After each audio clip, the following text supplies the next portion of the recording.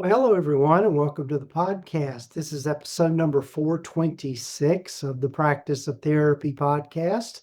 I'm Gordon Brewer, and so glad you've joined us for this particular episode. And in this episode, we're going to take a little bit of a divergence here.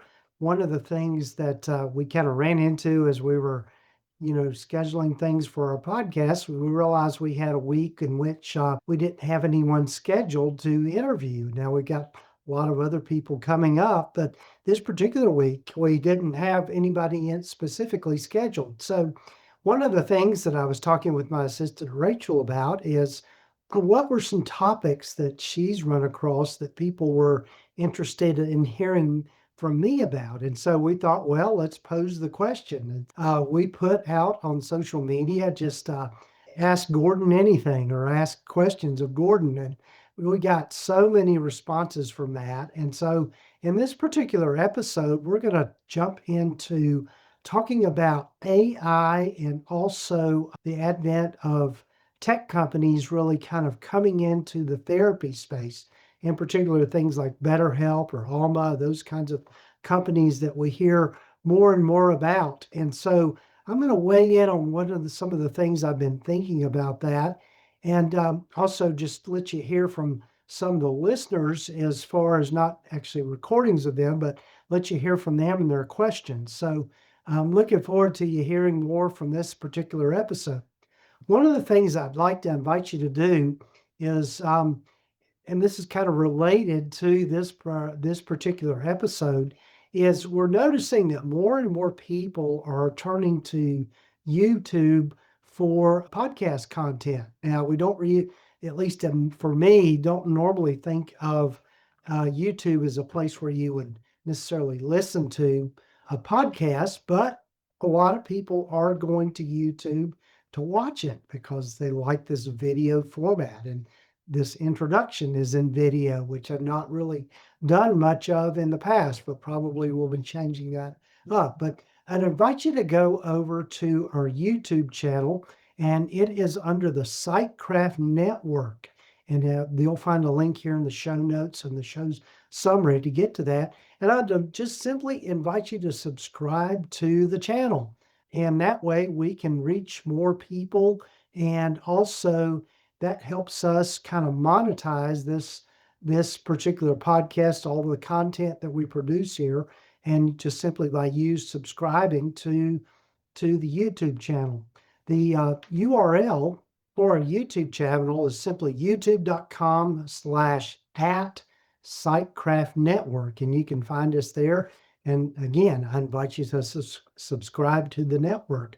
Another thing too, before we get over to my thoughts on AI and also the tech companies in our mental health space, I'd love for you to maybe check out Working with Me.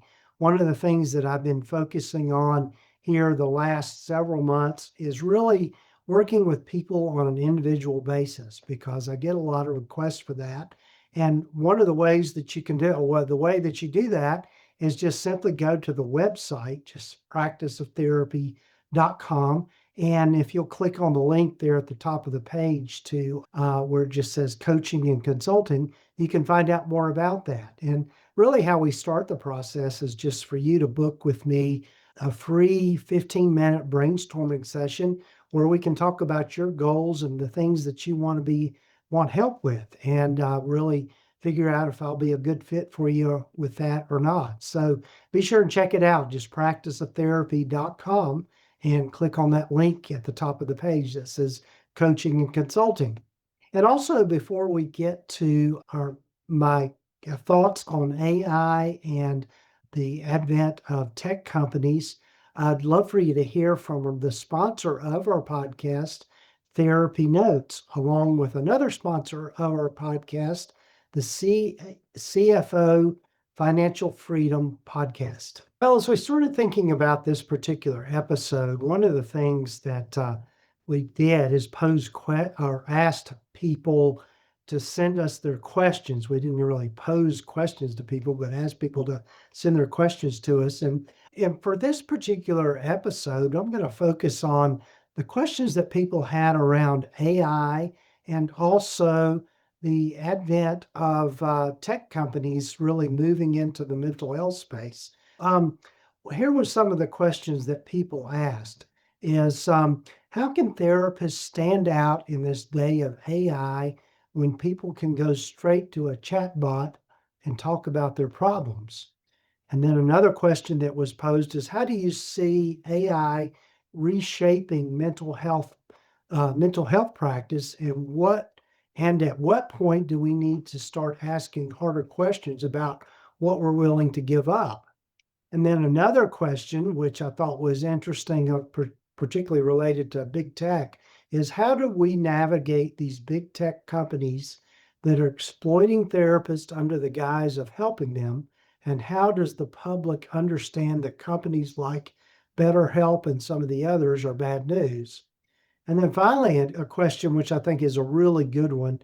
What impact, good, bad, or neutral, has the increase in mental health information on social media had on people and their expectations of therapy? As you can hear, some really great questions. And not really sure where to start here, but one of the things that I think is important to think about is just thinking about history how we have responded to new technology over history. When you think about it and you really go back in history, and I did a little research on this, anytime any major technology has come up, usually there is pushback from people initially, going all the way back to the days of when the railroads were started, and back in the early 1800s, and the invention of the modern train came into being and steam engines and that sort of thing, people were afraid of the effect of moving at that speed would have on a person's body. So, I mean, those are the ways that people tend to think about things. And so they were worried about that and the impact of the noise that they created and just would it be a good thing or not? And then the automobile was another one that came about. And people just worried about, again, the speed at which people might travel. They were worried about it, the effect on horses, on farms, and just all of that. And look at where we are today with both of those, the two modes of transportation that in their day where there was a lot of pushback on. And I think about more recently, I'm old enough to remember when cell phones came into being, and there were worries about cell towers and the effect that those having that many radio waves in the air were going to affect our human bodies. And then also just thinking about, how practical did we see it being? I can remember even for me thinking about when cell phones came into being, I thought, well, why would I want that? Why would I need that? And then now, look at me with my iPhone, and I absolutely depend on it every single day for communicating with people, for getting information, for all of those kinds of things. And so I think anytime there is new technology that comes out, we are a little bit naturally weary because it's something new to us. And there's also a big learning curve that occurs with that. And I don't care what generation you're from, we think about it that way. If it's something we're not used to or not really fully up to speed on. Yeah, I was listening to a podcast this past week, and it's one that I like a lot. It's called the Hidden Brain Podcast, and it really delves into brain science and psychology and how we tend to think about things, and really kind of deals with this whole topic of cutting edge kind of technology and things that in medical science and that sort of thing. But one of the topic for this last episode, and I'm paraphrasing the title here, we'll try to get a link in the show notes to that particular episode of that podcast, but they were talking about how we think about depression and rethinking depression. And one of the person that they interviewed was a psychologist, and he started out as a grad student and working towards his PhD in history. And he struggled with, during that period of time, he struggled with just a deep depression where he just lost all motivation. He just really was having suicidal thoughts, all of those things that we classically think of as depression. And one of the things that it did for him was he started thinking about going into a different career as a psychologist and becoming a psychologist to really start studying that particular problem. And one of the things that he posed, or one of the things that was brought out in that particular episode, is again, if you go back in history and think about something, a phenomenon that we've all experienced, and that is getting a fever. And it used to be that medical science back in the day, back in the 1817, 1800s, before we got into really kind of an era of modern medicine, thought of fever as being a disease itself. Well, now we think about it much differently. We recognize that a fever is a symptom of something else, and usually it indicates an infection, and that a fever is actually there to protect us rather than it itself being an attack on the body or it being something that we needed to eradicate every single time and going after the fever. So they would give people these ice baths. They would use mercury compounds. They would bloodletting and all of those kinds of things, which now we think of as ridiculous. But they thought about a fever as being a disease itself, as opposed to it being a symptom of a disease. And so what that brings up for me is just thinking about problems that we're faced with, and particularly thinking about AI. And maybe we're not thinking about the problem in the right way. And I think a lot of that goes back to just maybe our limited knowledge about what it is, about what it can do for us, and understanding how that we can pivot to use it to our advantage, as opposed to seeing it as this enemy that's going to attack us. One of the things that I know I started thinking about was what are things like BetterHelp coming onto the scene, or technology companies that are offering platforms for us to provide telehealth to our clients in different ways, but also AI being a technology that we're worried about it replacing us as therapists. I think maybe maybe one thing that caused a question is maybe the way we're doing things, the way we're providing our services, or maybe even a question of what are we doing that's really helping people in the mental health field. Now, certainly when I was coming along in graduate school and that sort of thing, I think about what we do now much differently than I did back then. I remember in grad school hearing about EMDR for the first time. Again, I'm aging myself and just thinking about those things. And I thought, that just sounds crazy. Why in the world would anybody go and do eye movement stuff to help with something like technology? And we really didn't know as much back then.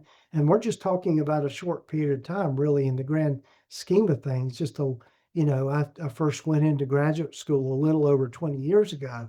And so again, I'm aging myself, but that was cutting edge stuff. But now we think about it as being something that is a validated kind of a form of therapy that has a big impact on people that we thought was just, oh, this is hocus pocus kind of things. And so one of the things I think we need to think about with things like BetterHelp is that is a form of therapy, a form of delivering therapy that I think the public is asking for or looking for.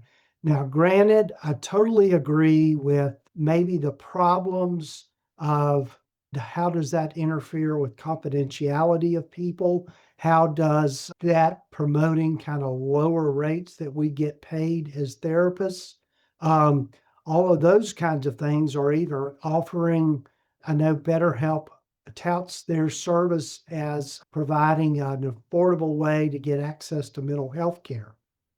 Again, looking at the other side of the coin for us as therapists, that's what people are looking for. Is they're looking for ways to receive therapy in an affordable way. Now, that doesn't mean, and you've heard from me a lot of times on the podcast, I might sound like I'm speaking out of both sides of my mouth. I think you need to get paid what you're worth. And I think you need to be paid well for what you do. And so, really looking at, okay, how can you leverage something like a technology company into something to build a practice and that sort of thing and create a viable practice for yourself. Here's a way to think about maybe with tech companies. I think that's a good starting place for a lot of people that are starting out in a solo practice. I think it's a good way to start building a client base for yourself and creating some income for yourself, particularly if you're just starting out. Now, I think in the long run, it's probably, if you're going to go into private practice full time, to stay on that platform is not going to be as lucrative as going out on your own and really doing getting paid directly rather through a platform like that. So I think part of it is that it requires you to think about what it is you need for yourself differently. No one is forcing you to go onto those platforms, and I think that's something we have to acknowledge.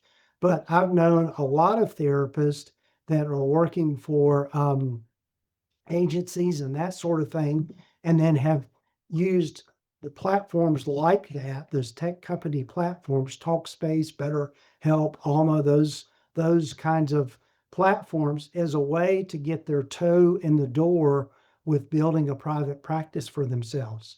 Because you can, if you're working for an agency, you can maybe, unless there's something written into your contract around not seeing people within your area, which again, that's a way for you to expand out to a geographic area in which you're licensed, a state or a province or whatever, where you're licensed, to be able to see people as a side hustle, to be able to start building a private practice from that standpoint.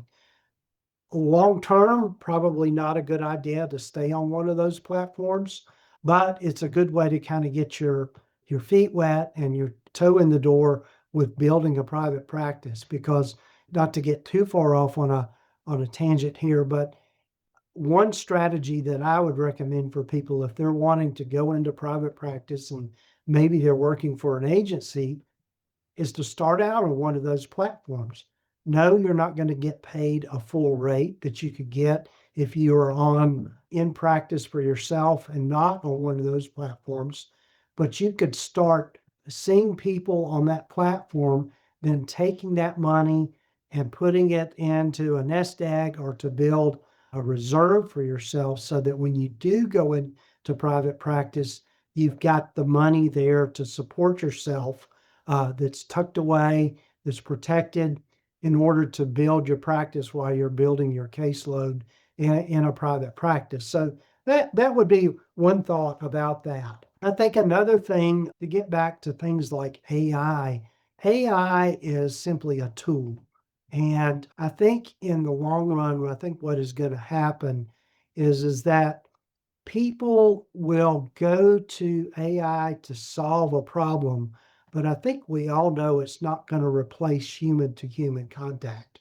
I think that's something that we all need, something we all crave. And so one of the number one factor for the effectiveness of therapy, and the research backs this up, is that patient therapist relationship. And I don't know, you might be able to build an artificial relationship with AI, but I think in the long run, people are going to find that it's not going to be fulfilling. And I think it will be short lived for them, and that they will recognize that they need that human contact in order to really get to the needs that they need help with, or get to the solution, or get to the kind of relationship that they need, which can only be done through therapy. So in that sense, I don't think we need to sound the alarm bells too quickly with that, because That's again just from my own life's experience, but also just knowing what people need is going to be something that they're going to figure out about. And I think one of the questions that was asked was, how do you compete with that? You compete with that by putting out there that human contact, that human element that you can't get from AI, at least not at this point. Whether it will get to that, I don't know. I think about all the sci-fi movies that kind of tout AI characters as being a replacement for human characters. But anyway, I think that is something that we have to really kind of maybe put that fear aside and really look at the value of human contact. And that's what we need to market is that human contact and that way of connecting with us as a therapist. The number one method or the best method for, I wouldn't say number one, but the best method for advertising and marketing your practice is to be able to convey to people that you understand the problems that they're having and how you can help them in a transformation into a place where that problem is no longer a problem for them or they are overcoming the mental health struggles that they're having. Yeah, so I put that out there for you and just thinking about things in that way. Let's see. The other thing that I think one of the questions that I think that all of this brings up for us is how accessible are we making ourselves to our clients and how is what we are doing truly helping them? We have a notion in our head and we have an idea in our head, particularly after having gone to graduate school and really looking at academia and what we are taught in graduate school.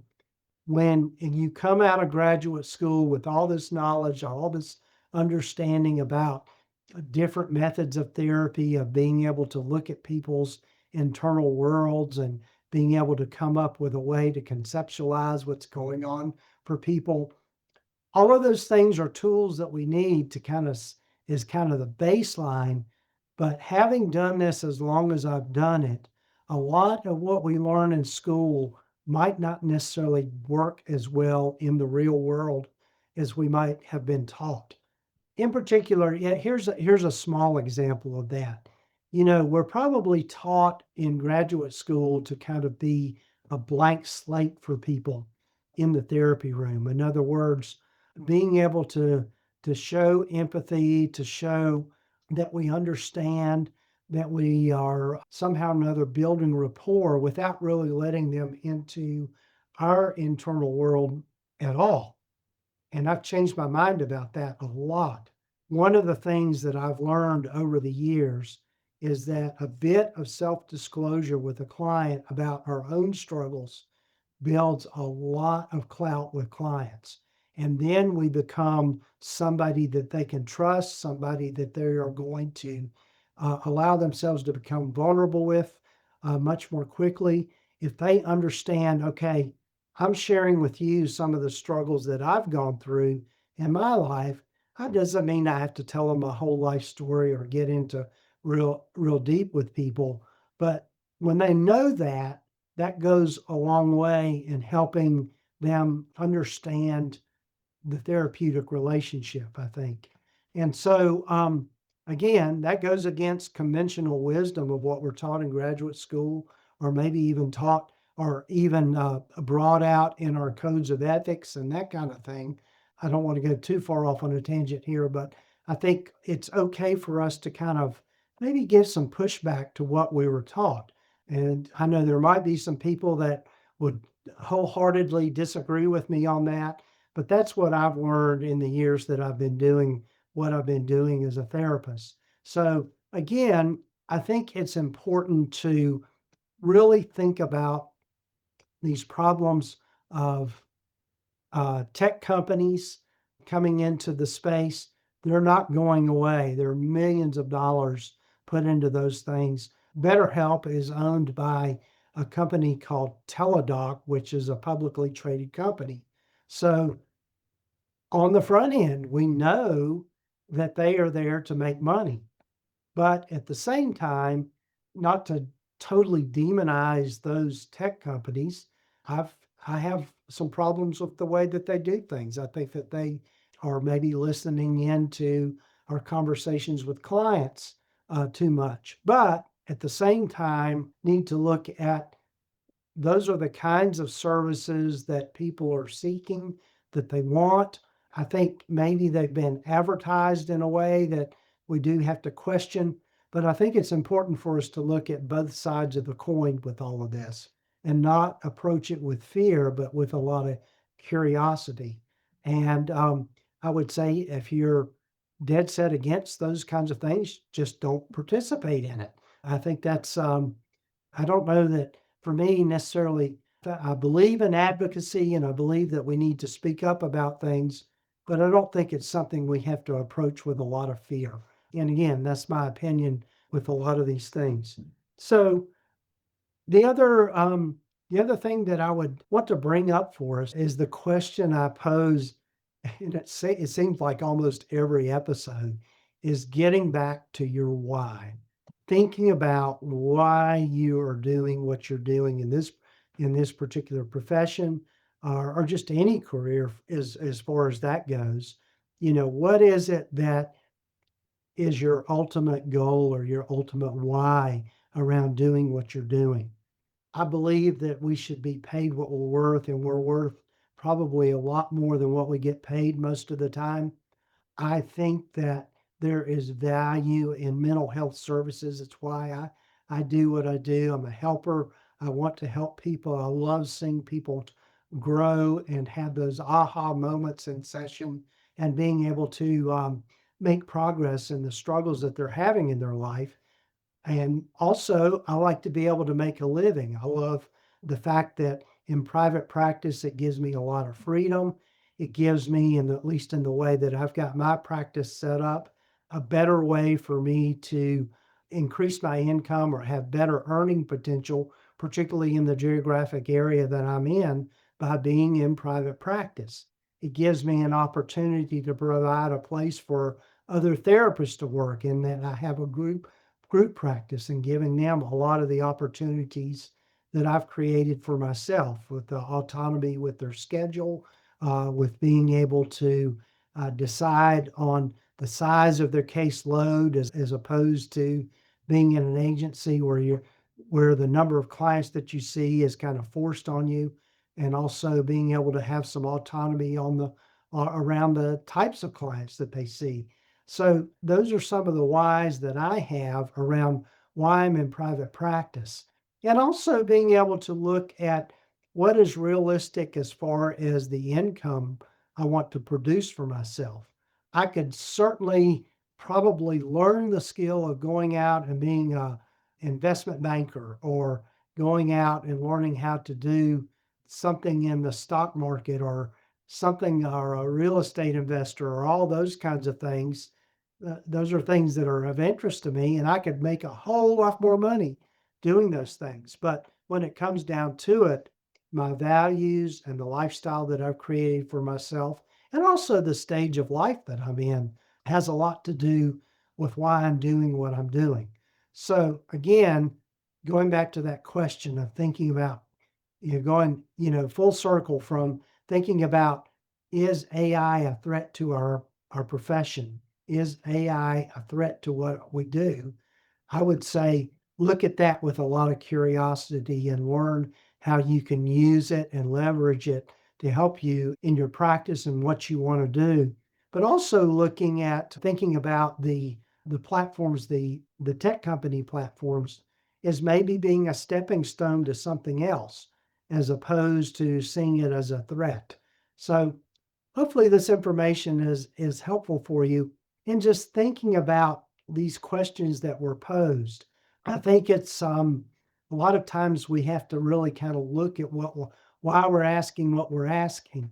And I think if we're a lot of times if we're brutally honest with ourselves, we're fearful because it's just stuff that we don't know about.